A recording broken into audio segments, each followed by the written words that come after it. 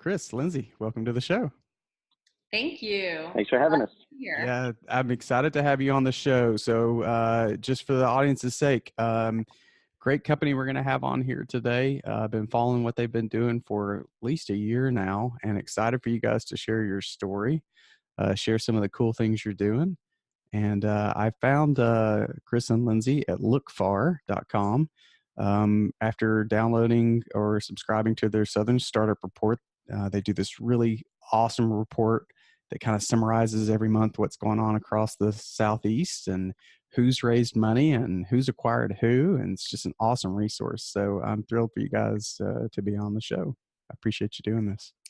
Absolutely. Yeah. So let's start with a little bit of each of your background. If we could start with Chris, maybe I'd just love to hear kind of how you got rolling in the business and what your background is. Well, I started my, I only realized this many years later. I never really thought about it at the time, but I started my first business at 19, my second at 21, and this one sort of roundabout way at 25 in New York City in 1995. And then it's gone through many different versions of itself, some that have ended, some that have continued. Lookfar itself started, and I believe this is correct, November of 2014, if I remember correct. Lindsay, is that about right? Yeah, we officially launched, I think, really January of 20. I mean, we were working on it. Yeah, we were working on it, I think, roughly then, though, right? Oh, yeah. We started working on it in the summer of 2014. Okay. Yeah. Yeah. And so it was, the Lookfar itself was intended to try and build the breakout startups that would come out of the New Orleans area. That was our original vision, and accelerate ideas of people in the greater New Orleans region. And we've just basically expanded that vision and kind of clarified how we execute it. Just in the, and it's as with everything, it's an ongoing process of learning and adaptation. Always, right? Learning all the time. So I'm curious, how did the company go from, because I heard New York in there, how did we go from New York down to New Orleans and helping startups in Louisiana? I have lots of cutesy stories about that, but at the end of the day, I was tired of living in New York. Gotcha. And couldn't see, the city drove me crazy. And, I felt like I'd gotten what I needed out of New York, and Chicago, San Francisco, and New Orleans were my three locations that I looked into and really thought about moving to. And Chicago was too cold, San Francisco was too far, and New Orleans was just right. Yeah, it was like the Goldilocks story, right? So New Orleans just worked along the way. That's what it sounds like. Well, it also was. That was 1998 and beginning in 99, and it was I think it was September, October 98 that I moved to New Orleans. And at that time, if you remember, San Francisco was as hot as it probably has ever been. Right. That's the hyper part of the irrational exuberance stuff. And it just seemed like trying to move my business. I just didn't think I could actually move it, because as it was, it took me almost 3 years to get it out of New York and fully into New Orleans. I make it sound like we just packed up and moved, but when you got long-standing client relationships and stuff, you can't just pick it up and go on a whim. And so it took a number of years to actually make that happen. Very cool. And I do want to get to Lindsay's background too, but Chris, I'll just stick with you for a little bit. Curious, has the company always been software development? Has there been iterations of the company, or has it always kind of been what it is now? So it's not, so that's the thing. So I'm a software developer by trade. Right. And in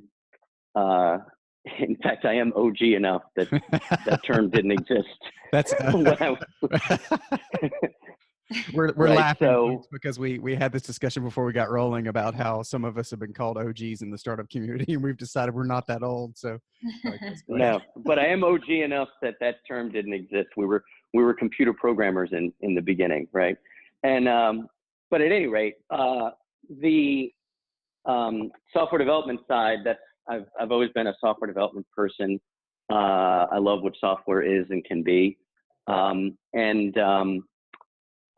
But Lookfar is much more than software development. Sure. I mean, part of it is software development, but it's all about building and growing startups, Right. and all of that. And so Lindsay, along with a couple other people, run the software development piece. Now we've kind of split that up last year, and I run the venture startup mentoring side.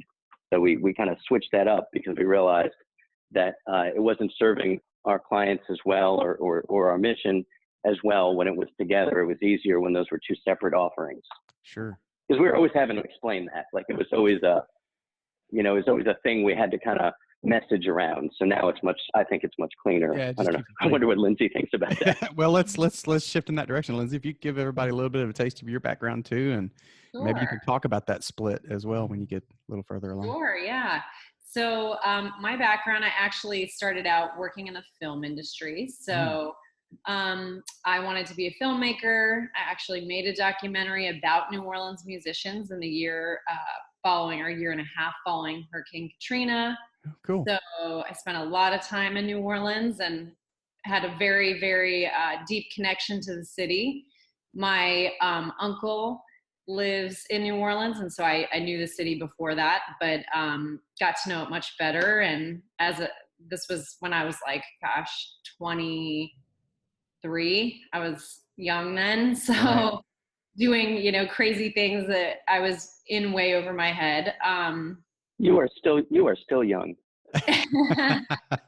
Thanks, Chris. Yeah, still young, always young, right? I mean, it's just a number. It's For sure. whatever you are in your mind.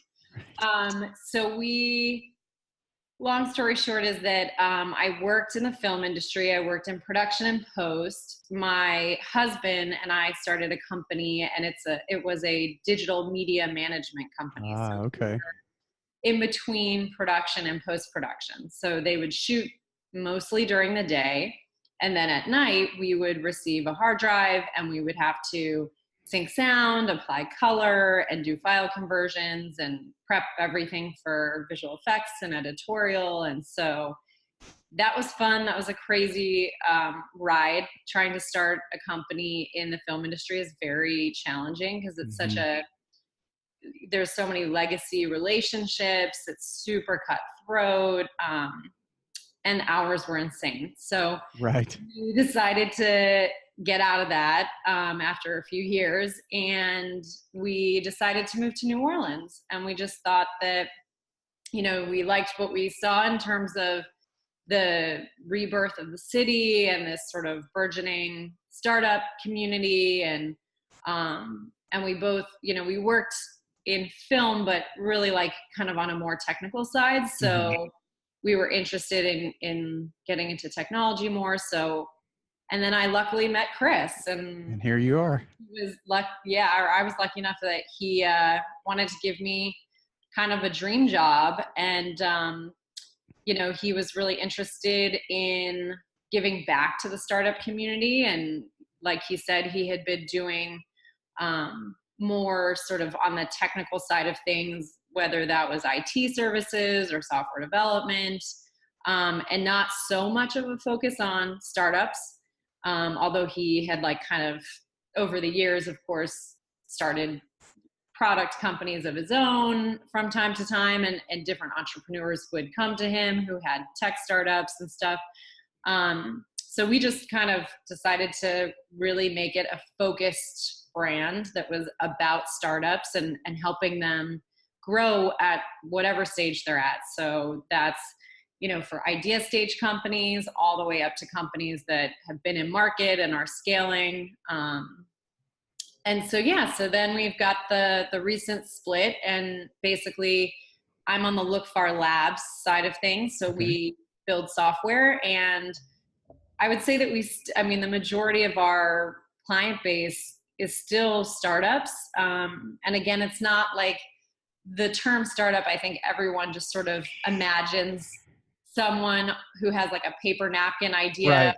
hoodie, working at home or whatever, but that's not the case. We work with entrepreneurs who are inside of an existing business who, they come up with an idea for something, whether that's for the business they work for, they decide to leave that company to go off on their own. So we call them domain experts. Yeah, of course. And I'm glad you make that distinction about, startups. And that is what a lot of people think of when you talk about them. It's just this, individual who's got this idea that they want to get off the ground. But it ranges the gambit. I mean, there are Fortune 30 companies that I consider divisions of theirs are startups. That's just the way it is. So it's a great distinction. Yep. I'm curious. Yeah. I'm curious, before we talk more about the company, I'd love to hear just a little bit more from each of you. Both of you, Chris, you said you started at 19. Were you always entrepreneurial? Do you know where that comes from? Is there a family member that you get it from? Both of you, I'm curious to hear your thoughts on where this sort of drive to do this and be involved in this comes from for you. Well, for me, I think at least my experience with that has been that it was in me in the beginning. Mm-hmm. My first sentence on this planet, according to my parents, I was playing with blocks with my dad when I was about a year and a half old, and the blocks fell over. My dad was trying to help me, and I grabbed the blocks out of his hand and said I'd do it myself. And there you were. That was my first sentence, right? And so I think that had always been a thing. I wanted to build computer games when I was a teenager. I wanted to, I don't know, I guess since it never crossed my mind that I would do anything else, I didn't realize that was weird until I was older. Right. I thought that was the normal state of affairs, and that other people just hadn't found the thing yet. Sure. And now I realize that I was the weirdo, not them. So it was always like that. I mean, so I don't really, in that sense, I'm a terrible role model, because what I'm arguing for in my own experience, at least, is that for me, I was just kind of born that way. Right. And, I don't think that's actually true. I think that some of the best entrepreneurs I know, in fact, most of the best entrepreneurs I know are not like me. Gotcha. Most of them are folks who deliberately chose it or got forced into it or were born into it because of a family business or whatever.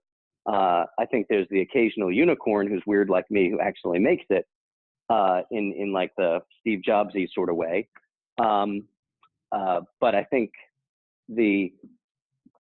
for me at least, that's just kind of the way I came wired. Yeah, it sounded like it was personality traits and not so much about exposure to other entrepreneurs and things. It's just, again, wanting to do things. No, I mean, in my dad's family, there's a little small entrepreneurism. Actually, that's not true. My dad's family has some pretty good sized stuff, but 2 generations back, like not in my dad or immediate family. And then my mother's family, a little bit of small shopkeeping sort of stuff. But no real, take a flying leap sort of entrepreneurial stuff. So no, I don't know actually where that came from. Like I said, I think I just got wired that way. Just had it. Lindsay, how about yourself? So I would say it's kind of a combo of what Chris talked about, but then my dad's mom, my grandma, she at like the age of, I think it was around close to when she was maybe close to 50. She became an entrepreneur and she became a franchise business owner. So it's a little different, but she owned several franchise learning centers. So it was the Huntington Learning Center. Right. Which yeah, of course. Popular on the East Coast, at least through the 90s into the 2000s. And so that was right around when I was like a teenager.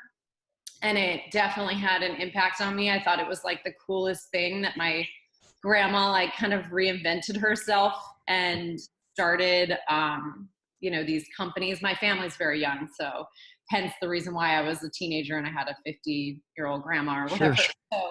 So, but my dad is also similarly, I mean, it's a little different. It's not your true, tech startup-y kind of thing, but he's a lawyer and he started his own law firm. He's had several of them.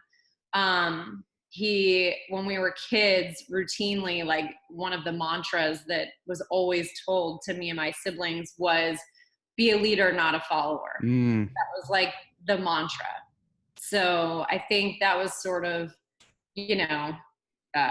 instilled in me, and I certainly always wanted to do my own thing. And I mean, I started in some way, like, creating the documentary. That was kind of starting a business, and I went out on a limb and did that on my own. I had no idea what I was doing, but it was awesome. And so, and then I started a company with my husband, but it all sort of was very similar to Chris. It's not like I intentionally said, like, I'm going to be an entrepreneur. Right. It just sort of happened. The circumstances presented themselves, and then I was like up for it.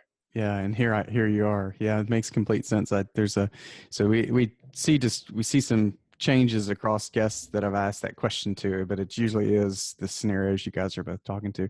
I'm curious if we could go back to the company now and talk a little bit more about Lookfar Labs, I guess, itself, since it was the original company, and I think it sounds like Ventures sort of sprung out of it. Was there always the intent, Chris, for Lookfar Labs to work with startups, or did you end up working with those type companies because of your own interest in the area? How did you get to sort of that's your target? So what happened?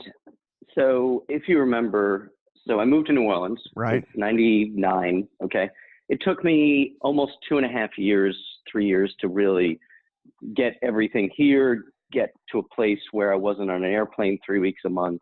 Like really just get to a stable, the business is now here thing. And at that time, in between those moments, if you remember historically, those are the years during the .bomb. It's the heyday of the .com movement in the late 90s.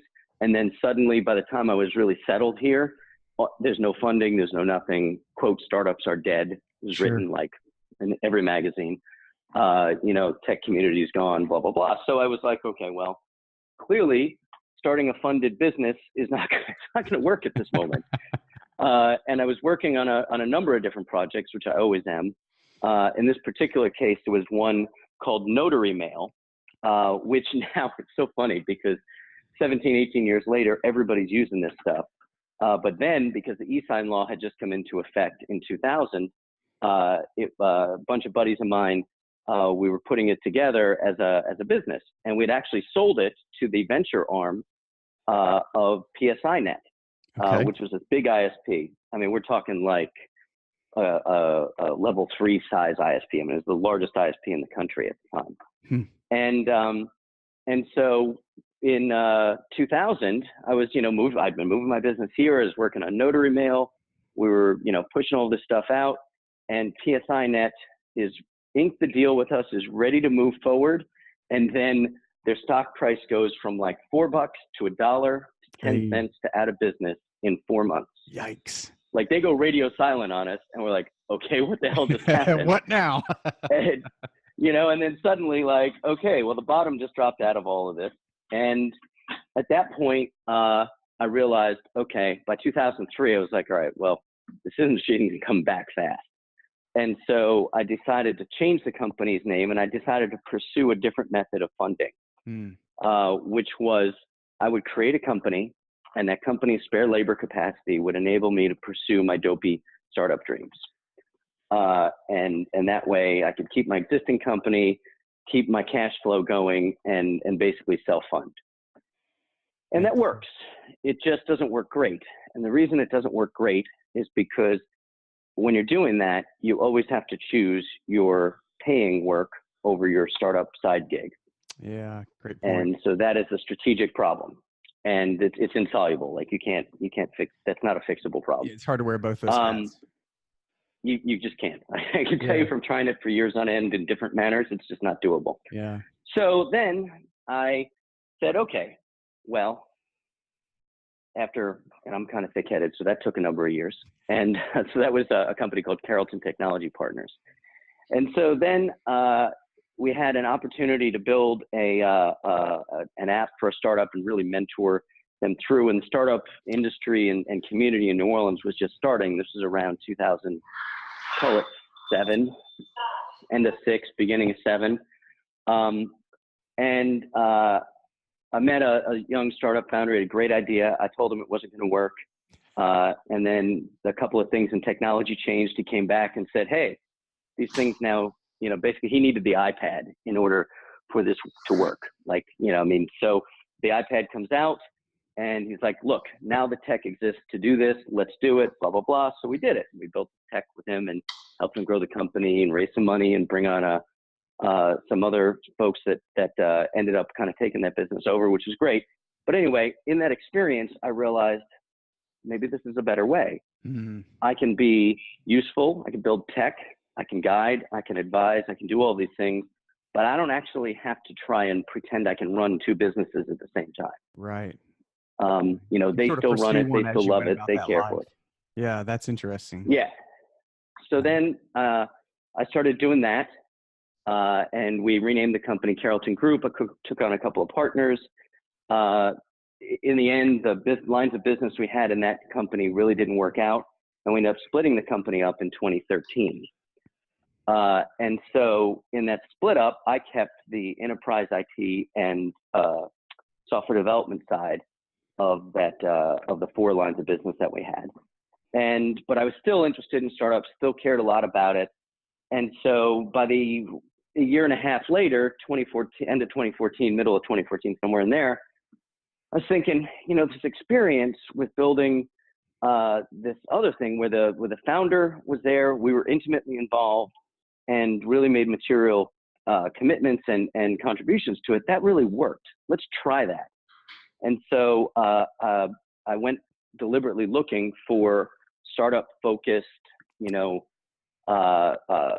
entrepreneurs who could join me in this quest to try and do this. And I found Lindsay.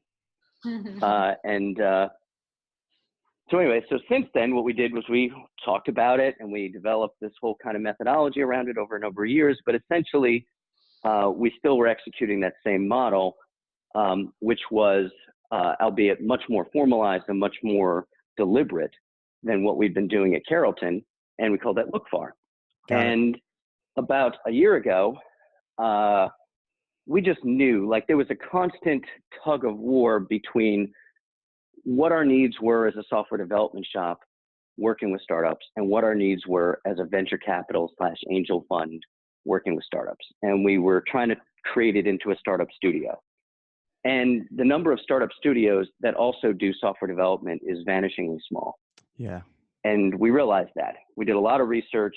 Lindsay, myself, a bunch of other people from Lookfar really went and we really checked the market. We did what we tell entrepreneurs to do. Right. We looked at the market and we realized, all right, there's a reason that this doesn't ride in the same boat together. And so that's when we decided to split it up. So now you have Lookfar Labs that still very much works with startups, helps them do planning and all these kinds of things and refinement of their ideas, et cetera, and then software development. And Lindsay can tell you all about that stuff. And then what I do is work with startups at the very beginning and then help fund them and help move them down the road and get them hooked up with other funders and solve kind of scale growth, political issues, all those sorts of things. And so now we work hand in hand, which we've found, I think, I'll be interested to see what Lindsay says about this, but I think it actually works a lot better. Yeah. Because we always had marketing issues in a branding sense, where we would try to explain how software development and startup mentoring and funding all could ride in the same boat together. It's interesting. And it was just a hard thing to sell, right? They were separate pieces of our company. Like Ventures has actually existed since we created Lookfar. That was just the entity we used to put all of the investments we did in. Mm-hmm. And so that had always been a separate thing.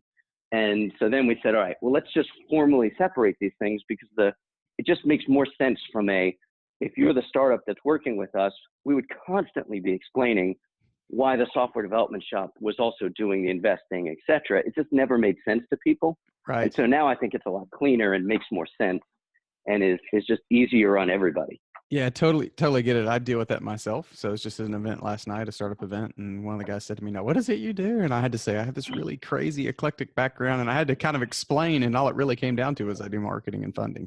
That's really what it is. So, Lindsay, do you guys use Right. that messaging now, that split, to be able to really target the clients that you want to go after? Is that been helpful? So it's interesting. So we actually haven't had even a moment yet to address the brand, the Mm, messaging side of things. We in the community locally, we've obviously notified people about the split, and quite honestly, I think that it doesn't really, I don't think anyone really flinched about it, because they were like, oh, okay, like you guys are still effectively doing the same thing that you were before. right. Just There just different happens, entity. yeah, it just happens to be two different entities, but like externally, it kind of looks exactly the same. Um, and in terms of people who are not local, who find us through the web, I mean, we haven't updated the website yet. We have plans to. Um, we did a really good job, my team, over the last 4 years, growing the brand of Lookfar.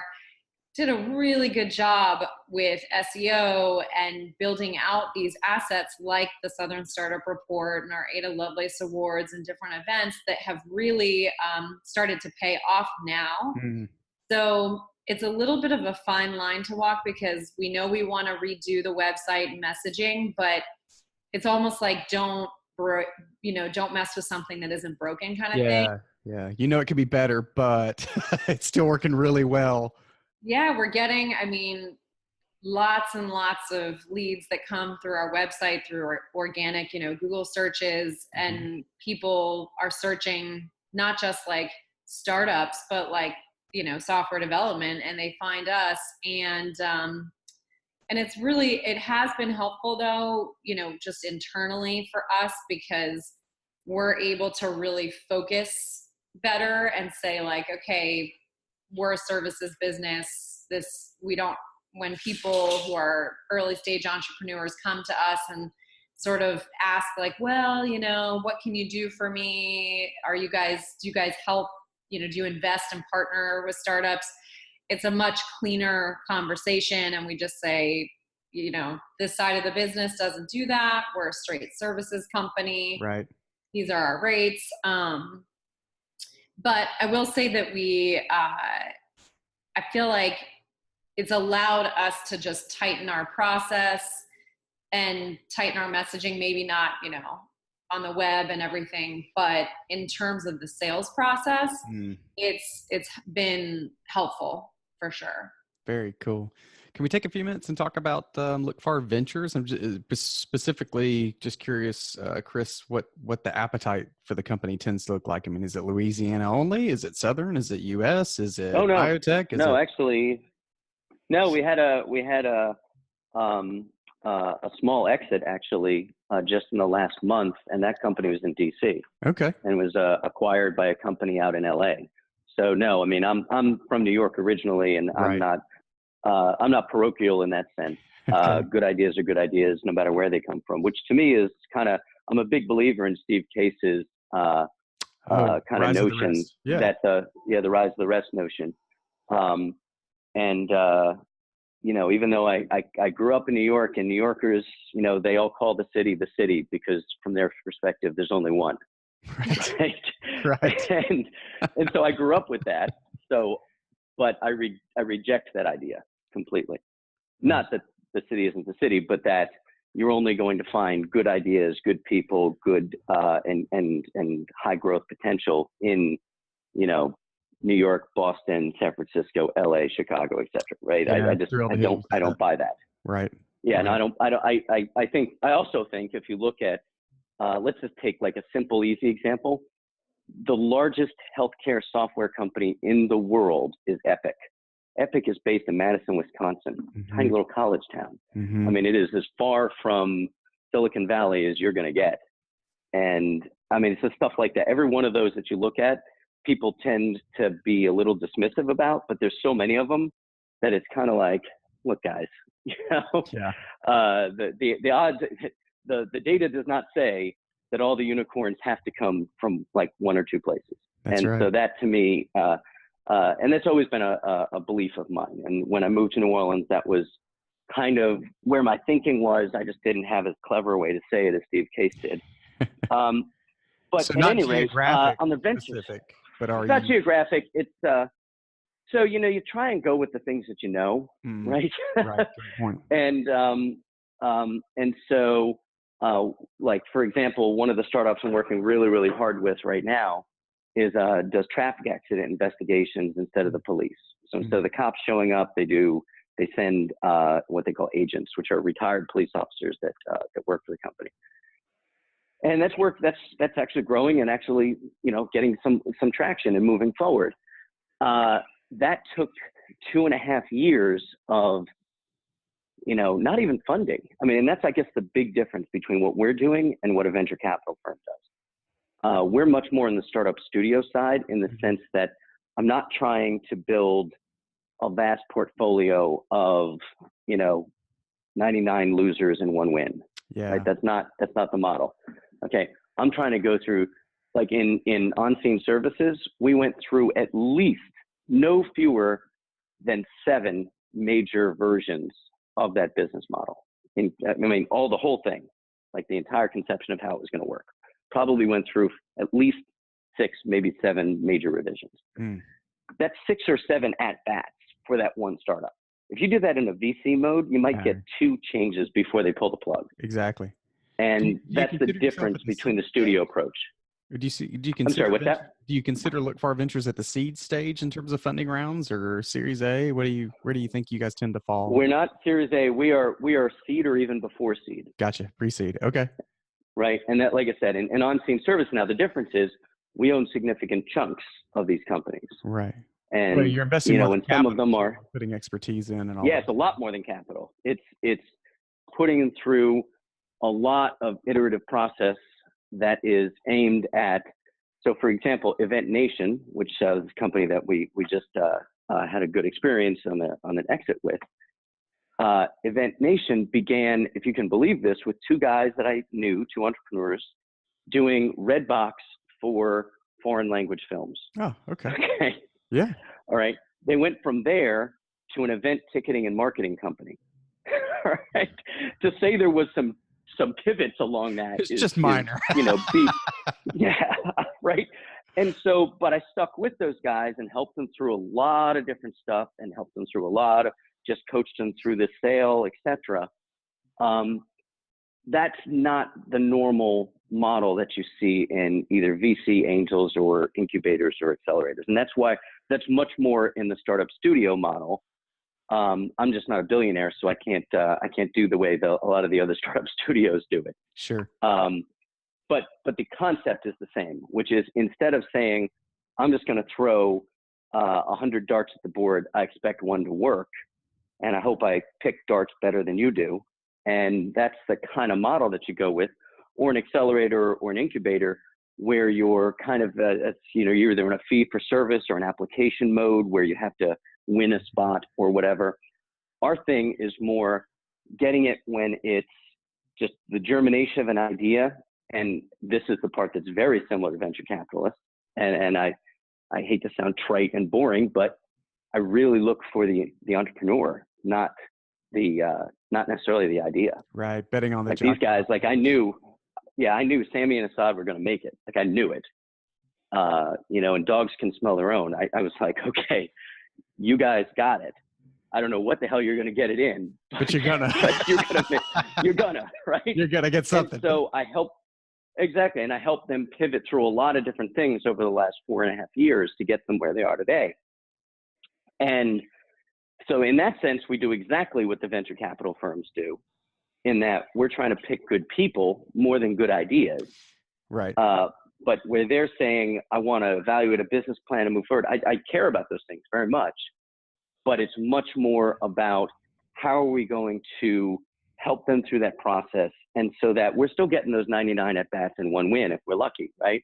Yeah. But those 99 at-bats are coming from a much smaller group of companies that are iterating much more, maybe. It just sounds like a much more you would get a chance relationship is what it sounds like to me. It's very much much so. more close. Yeah, no, it's not arm's length at all. Right. And I think that, no, I mean, I go up to DC to see, I've been up to DC to see the folks from Event Nation several times every year They've been down here. This was one of their first expansion markets. I helped them get into this market. I helped them get venues and events to do and all that kind of stuff. Gave them office space when they were here, logistical support. So we really are helping them be born and helping them, move on to maturity. But it's not, I would like to say this is a structured process. But I've never been terribly good at structured process. I'm an entrepreneur. So the two don't go together. Yeah, exactly. Yeah. I wanted to add to what Chris was saying and say that, I think it's interesting listening to what he just described, because it is true that it's kind of the common thread among, both sides of the business, is that we go the extra mile. Like, we actually care. We aren't just playing a numbers game. This isn't just spray and pray. And while the services side, we obviously are not in a position to turn down business just because we don't think they are going to make it or whatever. We don't like the idea. However, we have a process in place where we filter companies, and we are very much, we believe, even though we're not, doing what Chris is doing and investing and all that, even for the software side, their success, our success depends on their success, right? So we don't want to be a software company that just builds a bunch of software that nobody's ever heard of and goes nowhere. Sure. So we really do add a lot of the sort of startup consulting, support, advice through our software development process. We're not a for hire dev shop. We have a very specific process of helping these entrepreneurs become real product owners. So I'd say that's Chris is kind of on the side of helping them understand what it means to be a business owner, and, connecting them to funders and that sort of thing. And we're on the side of teaching them what it means to be a product owner. Okay, you're starting a business, and it actually it relies on technology, either 100% or, largely. And so they have to understand what that means and what that is going to entail. And while, not every entrepreneur needs to learn how to write code or design, wireframes, they certainly need to understand the process. They need to understand how things go together. They need to understand the basic jargon so that they can grow a team eventually and, build it internally. And they know how to, communicate even from a high level about software. Well, So I think that's important stuff you guys just shared. The audience needs to maybe rewind and listen to some of that, because, even the startups I work with, I'm constantly telling them, this is not just about money. They all think it's about money. It's not just about money. I get it. You need money sometimes, but there's so much more that comes to when you're looking for an investor to work with. There's so much more value the right investor can add to what you do. So it sounds like you guys have clearly differentiated yourself that way, and that's why it's working. That's great to hear. I want to thank you guys for being on the show. This has been really great. I hope you enjoyed it. If anyone wants to connect with you guys, best place to find you is lookfar.com. Is that right? Yep. And they can reach out. And for the venture side, is different URL there if they want to check it out? Nope. Same. I mean, like I said, if we manage to breathe for a minute, we might separate those websites, but right now they're all one. I completely understand. Okay, so be sure to link to it in the show notes and everything. Thank you guys so much again for taking time out of your day to be with me. Thank you for having us. This has been fun. Thanks for having us.